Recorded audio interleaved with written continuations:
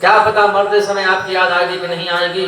इसलिए बस मुझे यही वरदान दे दो, मेरा मन आज ही आपके चरणों में लग जाए। भगवान ने दिया, भक्ति का वरदान दिया। बुआ आप मांग लो। कुंती बोली प्रभु मुझे कुछ नहीं चाहिए। नहीं बुआ तू जरूर मांग, क्या चाहिए तुमको? कुंती बोली प्रभु जो मांगूंगी वो दोगे? भगवान ने कहा बिल्कुल देंगे। कुंती ने झोली पसार लिया। बता बुआ क्या चाहिए? कुंती बड़ी सुंदर बात कही। कुंती ने बोली प्रभु बस मुझे एक ही वरदान दे दो, बस मेरी झोली में, मैं झोली फैला करके मांग रही हूँ, मेरी झोली में आप दुख दे दो, मुझे और कुछ नहीं चाहिए। बस एक दुख दूर न हो तो दूसरा दुख आ जाए, दूसरा दुख दूर न हो तो तीसरा आ जाए, तीसरा दूर न हो तो चौथा आ जाए। प्रभु दुख पर दुख आता रहे, संकट पर संकट आता रहे। विपदः सन्तु न शाश्वत तत्र तत्र जगत गुरो भवतो दर्शनम यस्यात् पुनर्भव दर्शनम। प्रभु विपत्ति दे दो, दुख दे दो, कष्ट दे दो, तकलीफ दे दो। कन्हैया ने कहा बुआ ये बिल्कुल मैं नहीं दे सकता,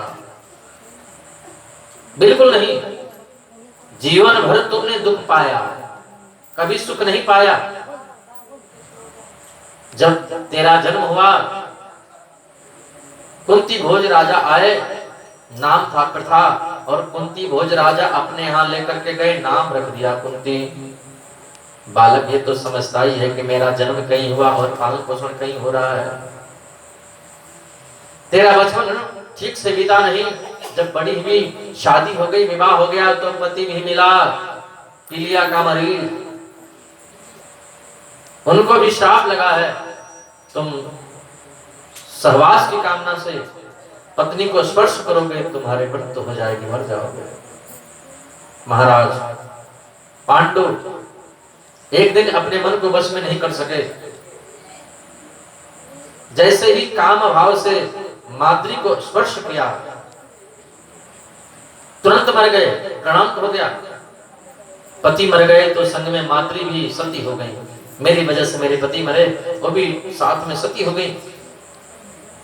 बुआ ये तो संत दुर्वासा का आशीर्वाद, उनकी कृपा, जो वरदान देकर के गए थे, मंत्र देकर के गए थे, इस मंत्र से तुम जिस किसी देवता को चाहोगे वो आ जाएगा। उस मंत्र शक्ति से 5 पुत्र हुए। ऐसी विषम परिस्थिति में तुमने अपना जीवन यापन किया, तुम्हारे 5 पुत्रों को मारने के लिए हमेशा कौरवों के 100 पुत्र तैयारी में रहते, कैसे इनको मारा जाए। कभी तुम्हारे पुत्रों को लाक्षाभन में जलाकर मार डालने का प्रयास किया गया, कभी तुम्हारे पुत्र वधु को अपमानित करने का प्रयास किया गया। ये सब दुख ही तो था, पर बुआ तेरा आशीर्वाद, तुम्हारे पुत्रों ने धर्म को कभी नहीं छोड़ा। उसका परिणाम क्या निकला बुआ? उसका परिणाम ये निकला कि आज युधिष्ठिर राजा बने, विजय श्री को प्राप्त किए। बुआ ये सब दुख ही तो था। कुंती ने कहा प्रभु जब जब हमारे जीवन में दुख आया तब तब आप आए। जब जब दुख आता है तो पता नहीं आपकी याद ज्यादा क्यों आती है। सुख में तो लोग आपको भूल जाते हैं, लेकिन दुख में आपकी याद ज्यादा आती है। प्रभु मुझे दुख मिलेगा ना तो आपकी याद ज्यादा आएगी, और मैं उस सुख को लेकर के क्या करूंगा जिस सुख में आपकी याद ना आए। मेरे लिए वो सुख ही दुख है जिस सुख में आपकी याद नहीं आती है। प्रभु मैं वो सुख लेकर के क्या करूंगी? विपदो नैव विपदः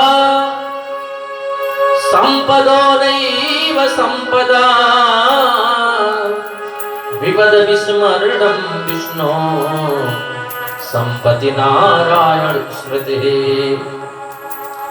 विपत्ति को विपत्ति नहीं कहते हैं, संपत्ति को संपत्ति नहीं कहते हैं।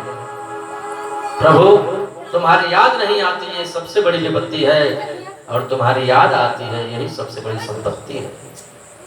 कबीरदास जी कहते हैं सुख के माथे शील पड़े जो हरि हृदय से जाए, बलिहारी वा दुख की जो पल पल नाम रटाए। बलिहारी वा दुख की जो पल पल नाम रटाए।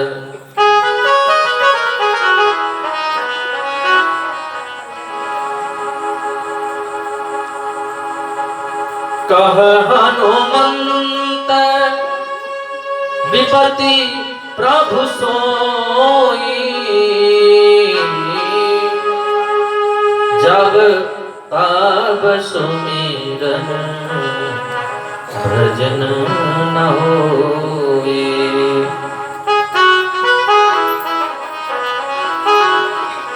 जिस समय भगवान की याद नहीं आती है ना, वही सबसे बड़ी विपत्ति है।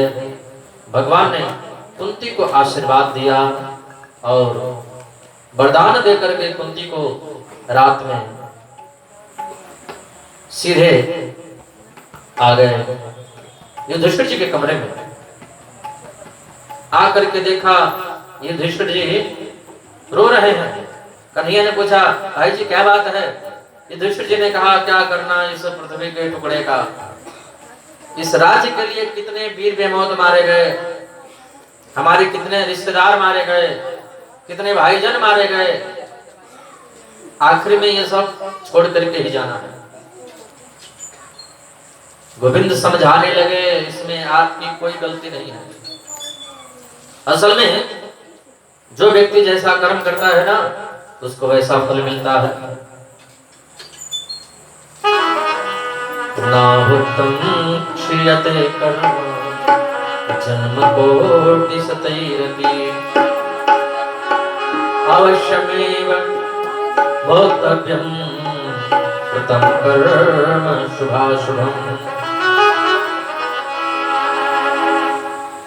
असल में क्या है ना कि जो व्यक्ति जैसा कर्म करता है उसको वैसा फल मिलता है ना। जैसा हम कर्म करते हैं वैसा ही हमको फल मिलता है। बोया पेड़ बबूल का तो आम कहां से हो, ये संभव ही नहीं है। पर ये बात बहुत कम ही लोग मानते हैं। जब हमको दुख तकलीफ होता है तो दूसरे को दोष देते हैं, उसके कारण हमको ऐसा हुआ।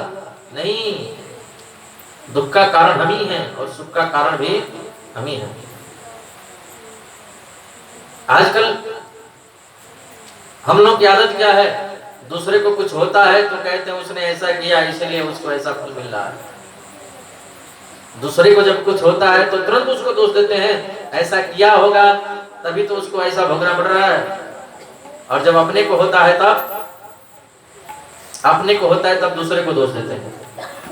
दूसरे को होता है तब भी उसी को दोष, और हमको होता है तब भी उसी को दोष। उसको भी हो तो भी दूसरे का दोष, और अपने को भी हो तो भी दूसरे का ही दोष, अपने दोष नहीं। काहू न को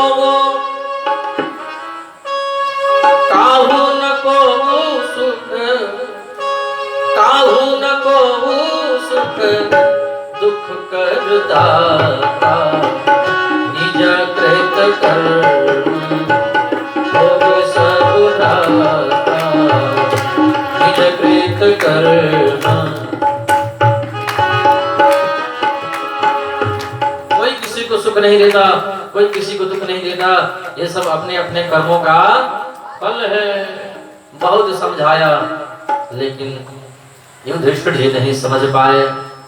यही बात अर्जुन को समझाए, अर्जुन समझ गए।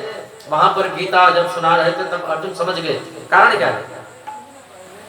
कारण यह है कि जब तक शिष्यस्थ जब तक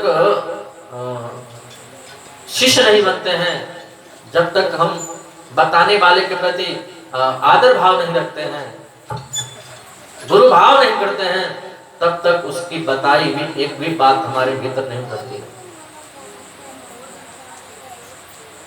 बताने वाले के प्रति गुरुता का भाव करने के बाद ही उसकी बात समझ में आती है। तो अर्जुन तो मान रहे हैं कि हमारे गुरुजी हैं, हम इनके चेला हैं, और ये युधिष्ठिर जी सोच रहे हैं छोटा सा नन्हा सा बालक है, ये क्या उपदेश करेगा, ये क्या बताएगा, बस नहीं बात समझ में आ रही है।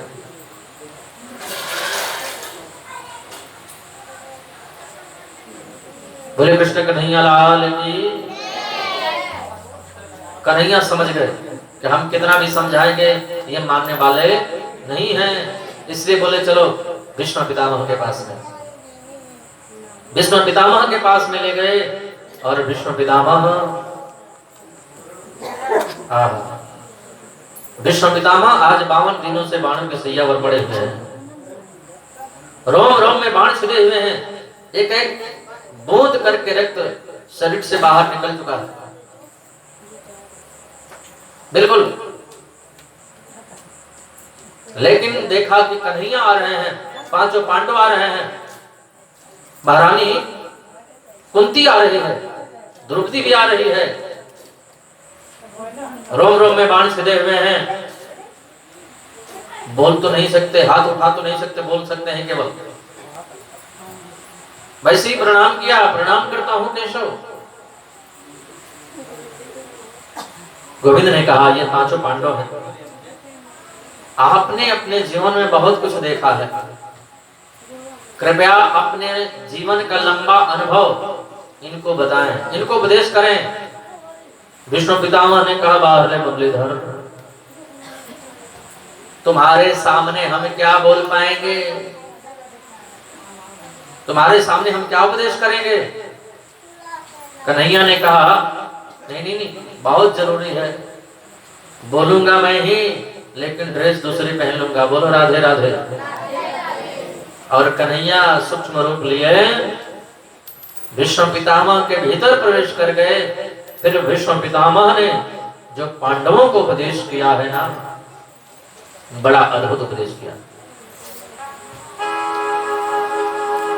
दान धर्माण